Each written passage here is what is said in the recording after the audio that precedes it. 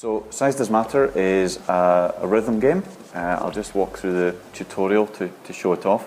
Basically, with your left thumb, you move these blocks up and down. With your right thumb, you change the size of them. So I need to make that bigger to fit through the gap, like that, and that gets me through the tutorial.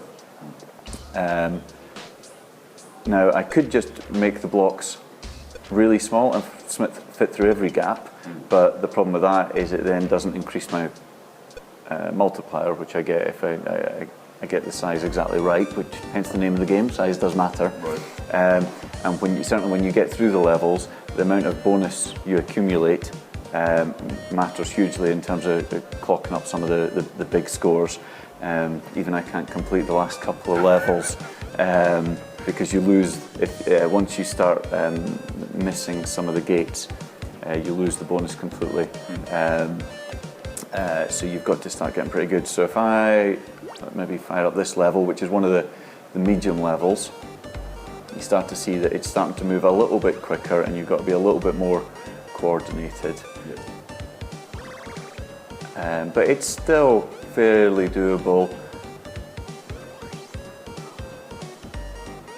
So this is definitely a gamer's game, isn't it? This is Yeah. So at Channel 4, most of my games have been targeted at a much broader demographic, and also with quite particular demographics in mind. In terms of, Made in Chelsea has, a younger, more female demographic. Embarrassing Bodies is older. Snowman is really young, etc. This is more your core gamers. It's for people that love games. It's not necessarily any of the other demographics that I look at for Channel 4. This is just a little bit niche, a little bit hardcore, and people that love games, and people that enjoy a good mechanic and can play it over and over. So the soundtrack, it's quite chiptune-y? Yeah, so all the tunes in it are chip tunes.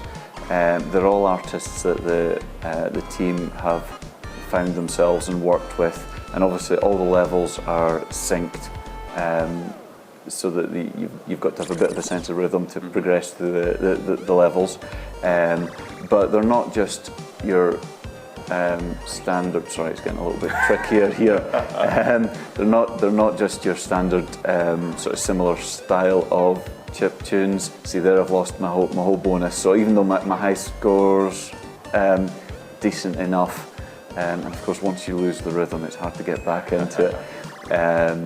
But my bonus has now gone back down, so I've got to work it all the way back up again.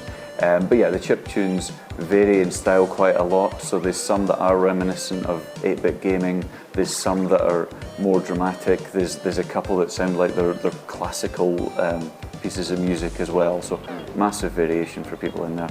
Okay. When's the game out? So we're launching middle of July on iOS, Android and Amazon. This is Peter with AppSpy.com. We review, you decide.